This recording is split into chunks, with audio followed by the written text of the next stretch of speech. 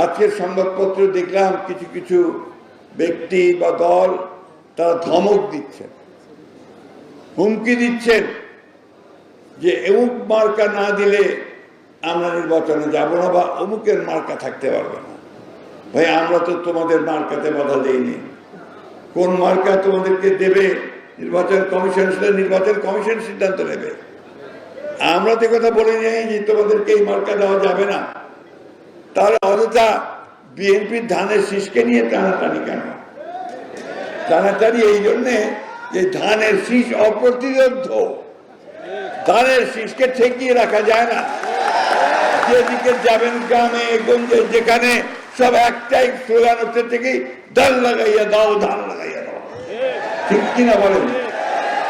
এই কথা হচ্ছে প্রধান কথা। ওই জন্যই ওকে রুখতে হবে, ওকে আটকে দিতে হবে।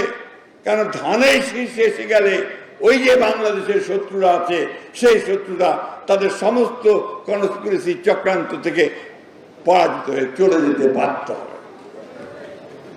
শেখ হাসিনা মানে আমাদের সেই আপনার মনস্টার শেখ হাসিনা এমনি এমনি পলাইয়া দিল্লি যায় নাই, যেতে বাধ্য হয়েছে। কারণ আমরা সেই গ্রাউন্ড তৈরি করেছি, আমরা সেই ভিত্তি তৈরি করেছি।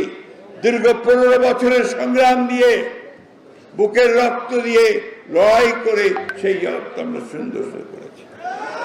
সুতরাং কেউ যদি আমাদেরকে প্রশ্ন করে, কোশ্চেন করে, এই কথা খুব স্পষ্ট করে বলতে পারবেন, জোর গলায় বলবেন, গণতন্ত্র আমরা এনেছি, সংস্কার আমরা এনেছি, এই গণতন্ত্রকে প্রতিষ্ঠিত করব আমরাই।